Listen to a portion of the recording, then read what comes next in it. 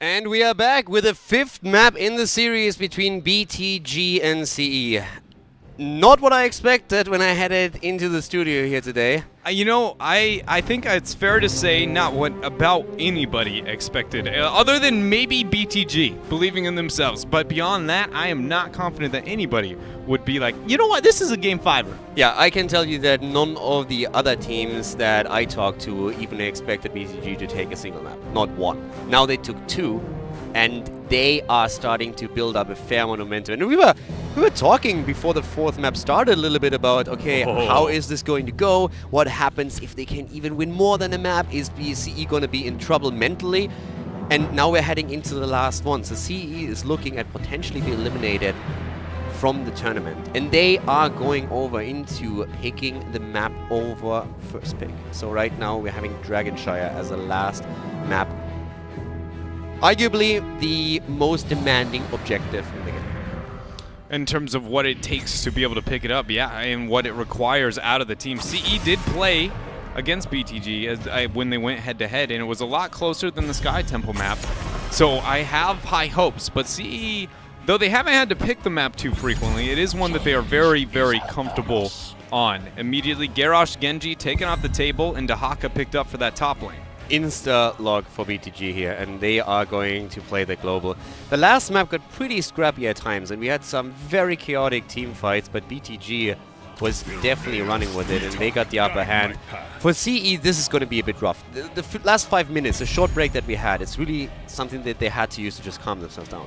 Take a step back and say, guys, we are the favorite here. We got this. Let's focus on our strengths, play our game, and do what we do best. But right now, we have CE with an early Greymane Karazim. Arthur's is the counter, and Arthur's Lucio, I already like what BTG has. Yeah, I'm very scared for CE here now suddenly. After that rotation and the commitment to the high Karazim and kill potential within the 4, Dahaka's going to kind of hold his own towards that top lane. Do I dare ask, is there any situation where CE goes into a Junkrat as a way to try and concentrate on like being the Dahaka mismatch, and is that something you'd be willing to risk in this type of position? With Lucio favoring fast rotations and potentially a bit more burst damage, I would be scared because his hit point pool can be exploited. If you get one Howling Blast with Arthas, he's down. Yeah, but at this point, like, look at the 4 of BTG with that Arthas Lucio. Anything to back that up is going to be pretty dominant and can concentrate towards that lane. So where do you make up for that? Normally, it's kind of getting that response towards top unless you can somehow bring the fight harder. But really, what picks are those going to be? They rid of the Cassia, so maybe somebody more. I guess not more auto attack centric, as Karazim makes sense why they would get that banned with the Greymane. I mean, I think what BTG is going to look for could be Vala again. We have CE with Cassia taken out. I like that a lot given the blinds that we have. First of all, to make Greymane's life a little bit easier, and also because of Karazim here. Both of them really benefit from Cassia being banned out, but it still allows BTG to go into Vala if they want to. Now, they ban out Tacita, and let's see how CE is going to run this at this point. They have Greymane, they got Karazim already. For the front line, what are we looking for here? Are we still looking towards the Tyrael? I've said it so much and it hasn't existed in the last 2 games that at this point I'm afraid to say the name. You know, he just doesn't exist, I feel like, here for this series. Don't pick him on Curse, do you actually pick him on Dragonshire? Like, I have the same feeling about it. And we have Muradin, and they pick Falstad for the top lane. Falstad, if he is going to be that top lane representative, is good in Dahaka, but is even worse into the Junkrat argument we were talking about before, and the vulnerability towards that top lane. Yes, he does have the escape with his barrel roll away, but he is very, very fragile in that top lane, and he doesn't win against Dahaka as effectively as the Junkrat does. So, seems like if that's the case, I'm a little concerned for CE, but we'll see what that last pick is. Traditionally, it would be a second support, but we have seen the teams move away from that a bit. CE has heavily favored double supports in the group stage to an extent where they didn't play a single map without it. Now, in this series, they have leaned a little bit more towards at least showing the willingness here. They had in the last game, of course, the Abathur factor as well. BTG with the last 2 picks. On the other hand, the setup looks already strong. Question is who's going to be the main damage dealer. Vala is the usual suspect that you would expect here, and she is taken together with Oriel, so the double support setup. Strong 4-man for them with Dehaka up at the top lane. And how do you react to that if you're a CE? I feel like Gul'dan's the thing that comes to my head, but it's yeah, so but they scary. already have Falstad here as well. I don't think they... I had the same thought. Yeah. Gul'dan would excel here. And then I look at the composition and I'm saying, triple backline? Can you get away with that? Probably not. Yeah, so I'm like... You either pick Chromie? another... Chromie would hurt your rotations a little bit better on that wave clear, but it would be better at the anti-siege, which you can expect out of the 4-man that we see But BTG pick. You got the same problem with Chromie that you do with Gul'dan. You're running into the triple backline, which leaves Muradin very much alone at the front. I like the Sonya more, but now that we have Sonya for the top lane, and I'm still questioning if Falstad was really necessary, because I would still have liked Gul'dan more over Falstad, even though you give up the global, which can be a problem into Dehaka. The one thing I do like about the Falstad, beyond just the having a global is convenient on a map like Dragonshire, is into the double support play like we see, and Arthas paired on the front line from BTG's composition. They always want to approach fights very left to right, and on a map like Dragonshire, there's a lot of flame points for really good offensive Gust that just go, well, this fight's not going to happen in the territory you expect. Also, talking about Gust, another advantage in this composition for Gust is once that Oriel commits to an Aegis, you can simply try and Gust them away and kill the target. So there's some potential to look for that. I still agree, though, with the Gul'dan, mentioning Gul'dan earlier. I think a Horrify with the double support setup that we have here can really make the difference. But for that, you have to drop one, and I would have probably leaned to Gul'dan over Falstad. But as you said, Gust is there, global as well. Sonya is the top lane, I would assume, and then you fly in with Falstad whenever need be. Yeah, it's going to be probably a lot of picking on the Dehaka towards that top. Yeah. It's just with the rotations that you talked about with Lucio providing towards that top lane, he can kind of make the top lane not as normal of a 1 versus 1.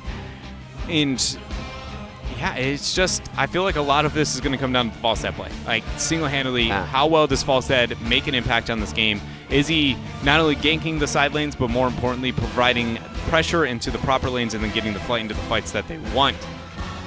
It's amazing to say this, like, by the fact that we were surprised we would even get to a game 4. Then we get to a game number 5, and then we're both sitting here going, BTG's going to win this. They're going to win this game. Like, they won the draft, it feels like. All things seem to be momentum into their favor as well. I can only imagine what it feels like to be CE in this type of position. They have to play, like, they have to really make sure that Falstad is getting the pressure with his global that he needs. They need to get kills. With Falstad, if they get a good isolation, if they get a good kill, if at any point the top laner overextends and Falstad flies in, that can really help you. That has to be the point. Is there any way that they rotate Falstad up to the top and keep Sonya in the format? Only maybe if it's after post 7? Yeah. After 7, after Boomerang? Yeah, get the Boomerang to try and make sure that the laning mismatch is more severe, which is why I was concerned with like the Junkrat argument. I do like it a bit more if maybe that was the direction they wanted to go. We, in fact, are going to have a Lufool there onto the Karzim. Wind is not on Ana. He is going to be the Muradin in this game. Yeah. We have Paradise on Sonya, KTY on the Falstad, and Shuyu on Greymane. Can you imagine that? Warriorless Ana play and Wind on Ana. Double support. But solo Warrior Sonya, I don't know what I like more there. Yeah, I think I'm pretty okay with getting Muradin in here. A on Oriel, ST on Vala, we have MJ on Lucio, CGC on Dehaka, and 619 on Arthas. That setup is just scary. It's terrifying. Yeah. Absolutely just devastating. The control onto the map, the 1 versus 1 and towards the top lane and the team fight. Everything seems stacked beyond the momentum here for BTG, and then they have the momentum behind them. Yeah. Will CE be able to hold up? Because again, BTG did not win a game throughout this entire tournament until this series. We talked about a David versus Goliath story, and right now David is looking pretty good. Yeah, David is, he's a pretty tough young lad. If they actually win this. Put yourself for just a moment into the shoes of CE. Not. You are in a position where you are the Chinese team that looked by far the best in the entire tournament. You dominated BTG the time you met them in the group stage to a point where you embarrassed them on Sky Temple. and now you find yourself in the lower bracket, and you blow up Oriel immediately. Yeah, look at that aggression there for CE. I like the early game kind of mix-up rather than going toe-to-toe up in the mid, like getting the flank on the Bermuda Triangle there with the giant rotation leads to a first blood for CE. I like to see them mixing things up because it's very apparent the momentum is against them. Yeah, so this is a good start for them, but again, the pressure is definitely on them. As we explained before, they were supposed to win this with a 3-0. They were so favored by anybody, especially the teams that are here in the tournament that have played against BTG, that have scrimmed against BTG, that have said, yes, they are improving, but they are nowhere near where they need to be to take CE down. And at this point, they pushed it into the 5th map. No matter what happens here for BTG, that is already a pretty solid performance in the last series. If they can win it, of course, that would be the dream. And CE, there's definitely some nerves on their end now. Good Howling Blast attempt here. That was a close call. Falstead barely getting out. A little bit of damage done with the rotation that Aluful made towards this top lane, trying to be more fluid with those lanes. And I think it's understandable right now for CE to make that kind of transition, just because talking about the siege of the fort, well, what we can expect BTG to make happen as long as they cycle enough waves. They're not there to that point, so they can kind of commit some of the resources towards the top half of the map and not get nearly as punished as it might happen through the later stages. Yeah, well, for now, up to the top lane, we have Paradise pretty much alone. We see down to the bot lane, Arthur's dealing with Greymane, but there comes a little bit of assistance in the form of Wind with Muradin. But we still see 619 push this out. The quick rotations that we're having here are dangerous, and KTY is immediately experiencing that nice detainment strike into the wall, and the kill right after that. So, following the kill against Oriel with one on their own, and BTG trying now to go for the control on one of the shrines, as currently CE holds both. The 1v1 on top's going in favor of Paradise, very apparently there on top. That was ridiculous, and I feel like it's only going to get worse if that trade keeps going in that direction. We'll see what level 4 he ends up committing to. Probably going to be that follow through to make sure he gets the damage. But this is going with the Shattered Ground, so more split push focus and trying to get the siege damage out and make him lose experience. The Dragon to Aluful, forcing a Radiant Dash right out. Yeah, and Arthur is now rotating in as well. If he gets the Howling Blast, and he just misses it. That could have been really dangerous for Karazim. He could have fallen here, but is able to move out. Party in the top lane. Falstad, it is a big one at that. Falstad even flying in, wants to dance a bit too. But that means that down to the bottom lane, we're having now the Siege Giants pushing in with Vala and Oriel supporting them. So that's where BTG currently is getting some counter value.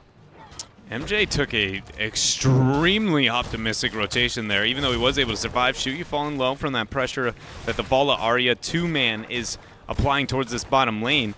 But so far, I want to say I feel like I'm more impressed with CE and what they've been able to do with this earlier stages, that they've held off so well over the composition and the compositional strengths that BTG has in this draft. They're doing a very good job, but by no means are they, pulling far enough ahead to be too worried for either side. What I'm looking for, we talked a bit about Falstad, but another hero, another player that I'm really watching for is Shuyu at this point, because I feel once that we're transitioning into more teamfight heavy battles here, he needs to be the one to apply so much pressure that Vala either gets blown up or can't really have the freedom anymore to do damage. Because if you leave Vala with that composition enough room, they're going to punish them. And Wind already in trouble.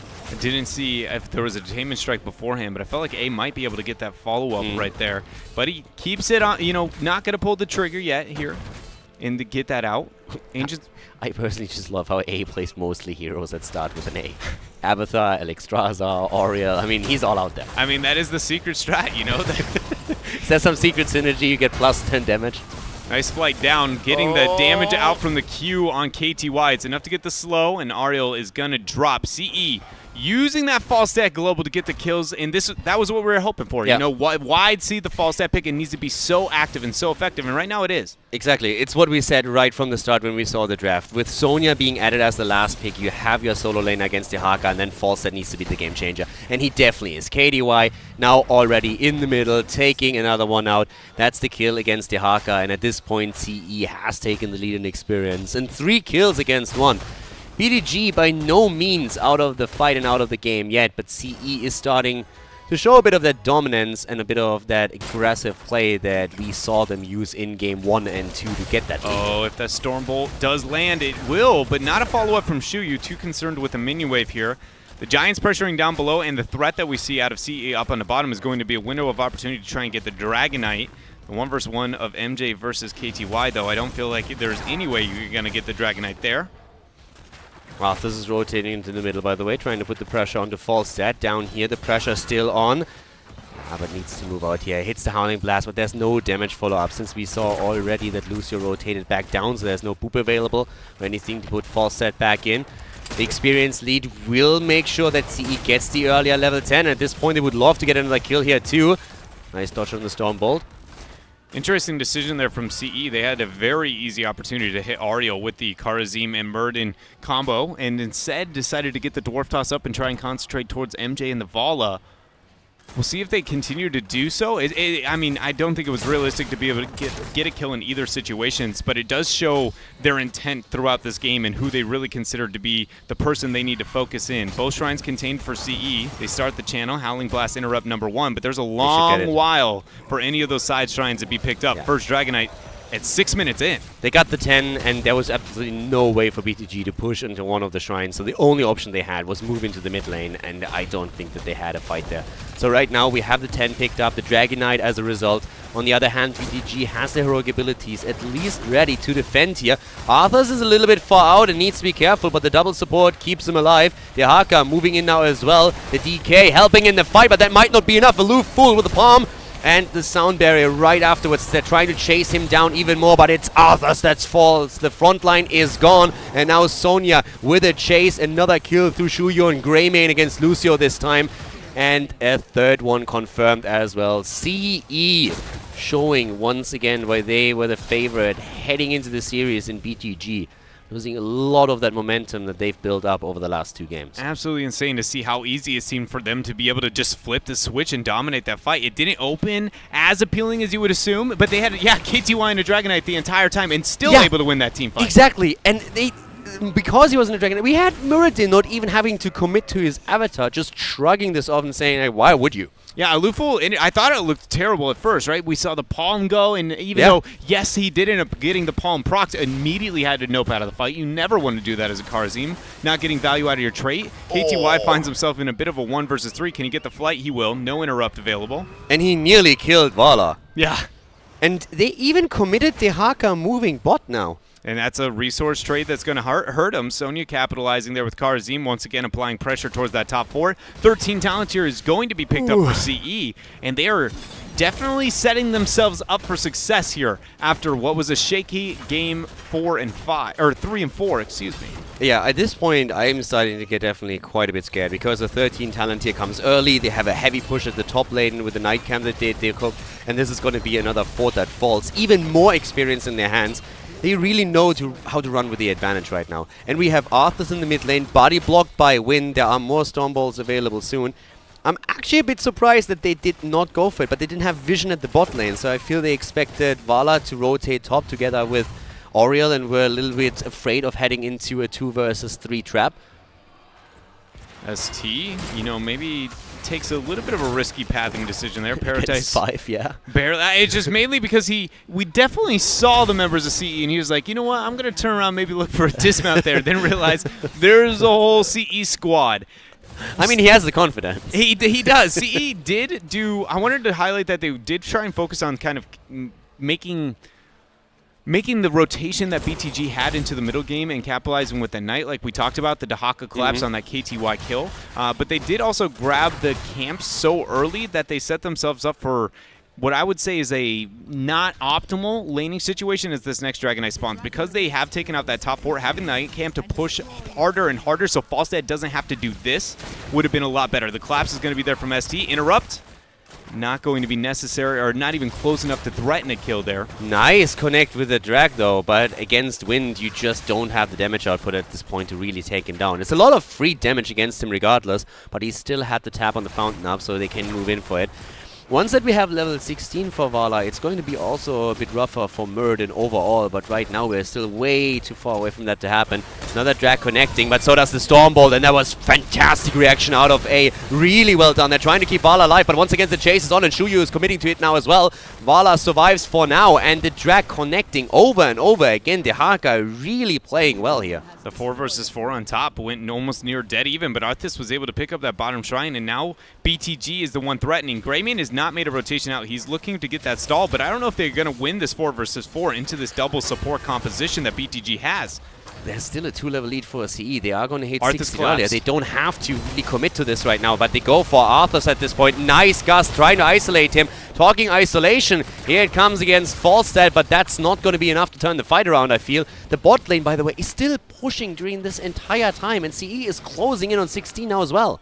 And this is going to lead to the control of that top shrine. Falstad prepping his flight for a half second there to go down below, but didn't end up committing to it.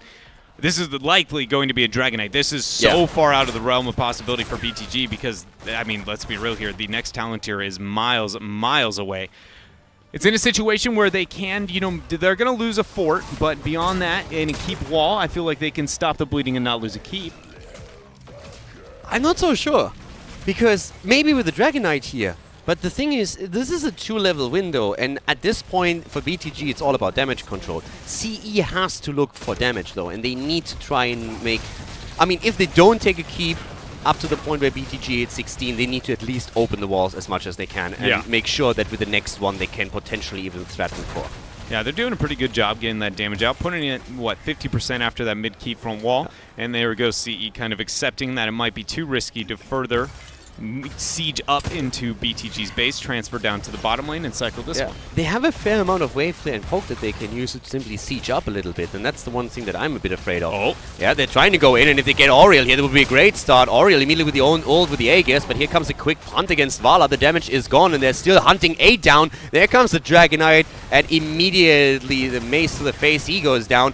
And also Arthur's in trouble. Dehaka coming in from behind, hitting the isolation, but he himself's the one in trouble. He hits another drag. This guy is just a god on the hero. But the palm is going to be procced by the fort. Not even a way to stop that from happening. Another to drop. Wind goes in with the Dwarf Toss. Stormbolt hits 2, down, setting them right up for a 3rd, almost a 4th kill, as MJ should have the heals to make sure ST is still with us. But it comes at the cost of a keep. And that is also, of course, that siege potential that we mentioned before. You eliminate the waves easily with a quick cocktail. You have the poke through Falstad. You also have at the same time Sonya. And in this case, BTG even the ones to try and force something here. 3-level lead for CE. 10 kills against 1. Hyper-aggressive game coming out of CE on this 5th map. And this is them just basically going for the middle finger here, saying like, boys, you might have taken 2 games. You're not going to take the match. So if BTG is able to kind of reel this one back in, it's got to be over this next Dragon Knight phase. They are going to have to eat a lot of Merc pressure from CE, as you see that already being started with both Giants and Knights onto the bottom half. Get the 16 talent tier, and then hope for a poor laning transition or rotation. If that happens, normally I'd say, well, then choose the easiest lane to get the defensive fight into, or the easiest fight to get the offensive fight into, or lane to get that into. Look at the map right now, being 3 forwards down for BTG, and then none down on the side of C. There is no situation where it's like, oh, maybe top, maybe bottom. It's just hope that somehow CE finds themselves out of place, and they're going to be so down on vision because CE's pressuring this map out. It feels like this game is anything but over. The flight, the gust! God. 16 is not there. They're trying to fight this pre-16, and they're going in. The gust is in. Here comes the Haka. Isolation once again connecting. Nobody down yet. Arthur's committing to the army right away. The 16 has hit for BTG, but Arthur's is low. Aegis comes out, and so does the sound barrier, but it's not enough to keep Val alive, and Arthur's dies too. A double kill. And they are aiming for 3. The drag is in, but the Haka still falls. Oriel is about to die. She explodes. Only Lucio is alive, and he will not be able to stop this. Cannot believe it here. 14-1 in terms of kills, going all the way to game number 5. But after it's all said and done, CE is the team moving on, and we send home BTG. BTG is eliminated, but they look better than they did ever before in this tournament. And what we talked about the entire time, can they learn from these games? They've been putting in the time, they've been scrimming their hearts out. We mentioned it from day 1. The first ones in the practice area and basically the last ones to leave. They have lost game after game after game. But obviously, something has changed. They're getting better, they're learning the lessons, and they went so far as to push CE to the limit and nearly taking the best Chinese team in the tournament so far out in the lower bracket. Game number 4 was just insane from them, from Beyond the Game. The just confidence they came out with the first blood immediately, and then just Illidan never asked, like, you know when you hit those situations where it's a 50-50 and you're like, should an Illidan take this? And you're like, maybe. The answer was always yes, and it always worked out for them. It was crazy to see that from them. Honestly, I'm happy to see CE for the consistency that they have shown, that they are the teams moving on, but again, I mean, we said it over and over again, Beyond the Game, I mean, it has to be proud of themselves. Yeah, for CE, I feel it's great because even though BTG in this series brought them to the limit, I feel overall we still have to acknowledge they are the better team here. And going further into the tournament, especially for the Chinese region and who represents them, I think that is the stronger team and also the team that has the most potential in the tournament from here on out. But BTG, with that performance, has definitely shown that they are taking a lot of weight from this into then later on the regular league play. And that is something where SBT and CE are probably going to look back at this series and are saying like, okay, we need to make sure that we don't underestimate these guys because this could get ugly if we do. And you know, oh man, after watching this series unfold between the two Chinese teams, it makes it, I feel like, so many other questions for the rest of the series today. Now with SPT and Roll20 being the next one online, what is the performance level of SPT? How much can we expect from them? Because beyond the game's growth and then some of the, you know, shakiness here that we did not expect out of CE and KTY. He was the one, we called it out in the draft. He needs to be the one with the plays. He delivered, and yeah, that MVP is very much deserved. Yeah, I agree. The minute I saw that, I was like, you know what? My point. Who cares? Because this guy, he deserves the MVP. It really was not only for the playmaking, but the risk that it took into the draft. I think is the real reason, right? Because when you take that kind of risk, you also have to be like, well, if I'm going to, like, it needs to have that immediate value, and he always had it. If he underperforms in that game, they're done. Like, if he just plays an average game, let's put it like that. Average Falstead. Average Falstead, and they have a problem. He needed to be absolutely on point, and he was. So that was well played by them here, and yeah, it's CE taking it. But yeah, you're right. It wasn't quite the game that we expected, and it also sheds a very different light on the next series that is coming up. I don't even know where to begin now. Like, I genuinely just kind of go, like, all notes are thrown out. I feel like I can expect specific things out of Roll20, but on the other side of the battlefield, I have no idea. SPT could come out guns blazing, not even look close, far and above, better than Roll20, or I can see it being a bit more shaky. It's definitely going to be a wild ride. So the North American team is going to play next against the remaining Chinese team. SPT against Roll20 is going to be the next series. Then again, CE makes it happen against BTG, but still a big shout out to BTG. They played their hearts out here today, and they had a great showing. It was a fantastic performance in the last match here at the GCWC. So we are going to head into a break, and once we're back, we're going to have a Roll20 going up against SPT.